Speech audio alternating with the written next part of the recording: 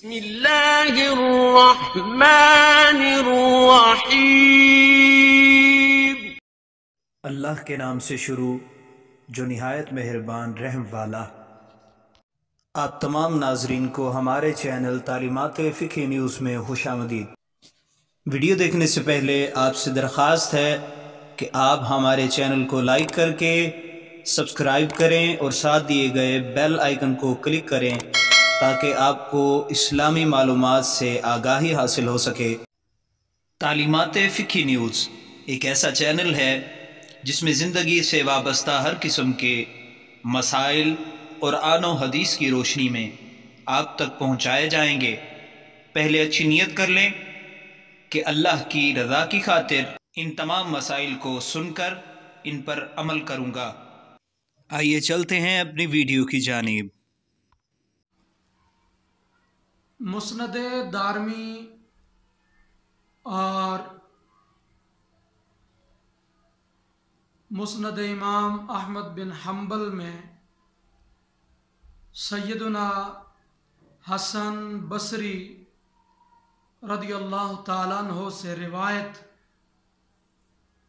مروی ہے کہ رسول اللہ صلی اللہ تعالیٰ علیہ وسلم صحابہ کرام کو درس دیتے ہوئے ارشاد فرمایا، الا اخبرکم باسوأ الناس سرقۃ، اے میرے صحابہ کیا میں تمہاری رہنمائی نہ کروں، کیا میں تم کو نہ بتاؤں کہ سب سے برا چور کون ہے؟ تو صحابہ کرام رضی اللہ تعالیٰ عنہ نے عرض کی، بلا یا رسول اللہ صلی اللہ علیہ وسلم، جی ہاں یا رسول اللہ صلی اللہ علیہ وسلم، آپ ہمیں ارشاد فرمائیں کہ سب سے برا چور کون ہے؟ تو رسول اللہ صلی اللہ علیہ وسلم نے ارشاد فرمایا، الذی یسرق من صلاتہ، کہ سب سے برا چور وہ شخص ہے جو نماز کے اندر چوری کرتا ہے۔ تو اس بات نے صحابہ کرام کو تعجب میں ڈالا، کیا نماز میں چوری ہو سکتی ہے؟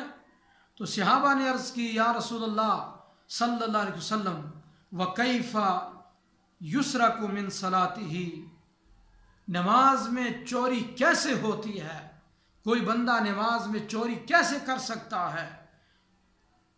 تو نبی کریم علیہ السلام نے فرمایا، جی ہاں، نماز میں چوری یہ ہے کہ لا یتم رکوعہا ولا سجودہا، کہ نمازی نماز کے رکوع کو مکمل ادا نہ کرے، نمازی نماز کے سجدوں کو کامل طریقے سے ادا نہ کرے، تو یہ نماز کے رکوع اور سجود کو کامل طریقے سے ادا نہ کرنا، اس کو حضور علیہ السلام نے چوری قرار دیا، اور جو رکوع اور سجدے کو کامل طریقے سے ادا نہیں کرتا، تعدیل ارکان کو بجا نہیں لاتا، تو اس کو برا چور کہا۔